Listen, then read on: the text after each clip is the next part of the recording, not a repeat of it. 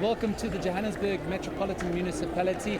The 3rd of May marks a momentous occasion in the city's history. It's the first time in democratic South Africa where a State of the City address has not been delivered by an ANC mayor. Hard to believe that 9 months ago, in what many predicted to be an upset in the city of Johannesburg, Herman Mashaba took the mayoral seat, and it's his maiden State of the City address that he delivered this week in the Johannesburg city centre.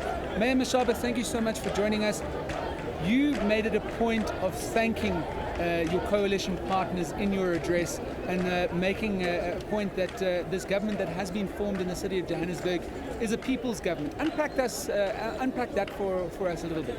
I think if you really look at what happened on the 3rd of August 2016, it's historic. It's a milestone for this country and a great event for me, and it's something that I really wish it could continue for the next 20, 30 years, because it's given me an opportunity to run a government that can be accountable. Because every time I produce a budget, the IDP, I have to engage, because the success of my government is purely around engagement, constructive engagement. In particular, the EFF have really been unbelievable in terms of helping to deal with real issues in poor communities. That is, I think, for me, has really been such a privilege, where getting to work with people who have a deep understanding of the issues that one needs to address in the communities. And as the relationship has been really beneficial for the people of Johannesburg, and I really hope that we can really have a repeat of this on a national scale. Now, in your actual speech, you made a point of 5 pillars being the backbone of your administration for however long you are in government. Things like clean governance, redress, security, as well as job creation.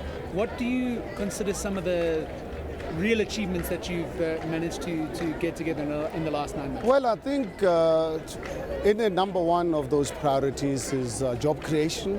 It's actually create an economy that works so that we can provide employment opportunities for our people. Obviously, it's not something that we can achieve overnight, but I've given a commitment to my coalition partners, and I'm giving this commitment to the people of Johannesburg that we need Johannesburg to grow by at least 5% by 2021. That's the only way we would really be able to reverse the unemployment rate in our city. So job creation, creating the economy is my key priority, working with small businessmen and women of our city. As you are aware, the issue that we've fortunately managed to tackle head on is the level of corruption in the city of Johannesburg.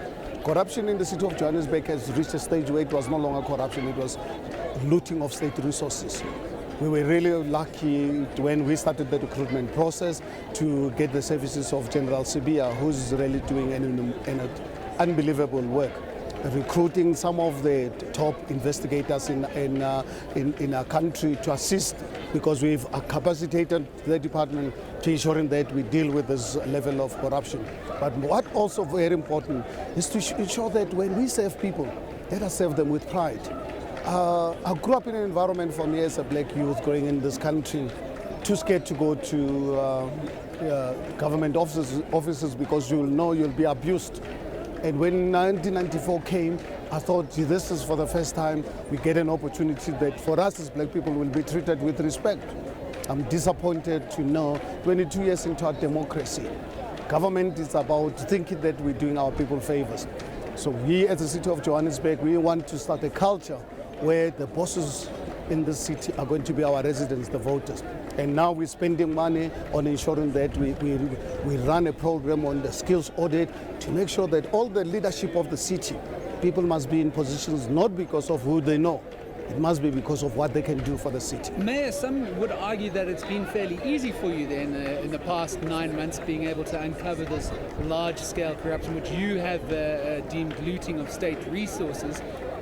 Do you think that'll become a more difficult job once it actually comes down to the nitty-gritty of governing and people are relying on the results of your government rather than the failures of the previous one? Well, fortunate enough, I think if you listen carefully to my speech, to part of the adjustment budget, and an adjustment budget does not allow you to make big changes. When we took over this government 7 weeks prior to that, the previous administration had voted in the budget that people voted out. and legislatively, I just could not do anything until I could pass it end of February. Already look at the adjustments that we've made in terms of ensuring that we deal with the question of all these houses that have been incomplete. ANC government, the previous administrations have been building houses. Some of these houses have been standing empty 6-7 years. Next to informal settlements, our people just looking at them. So we've now put in money to ensure that we can complete those houses. By end of June this year, over 1,000 of those houses will be ready for occupation of our people. Managed to put money together to make sure that we complete those houses. We're extending clinic operating hours. We're cleaning the city. We've now regionalized the grass cutting in our city. We've declared war against potholes.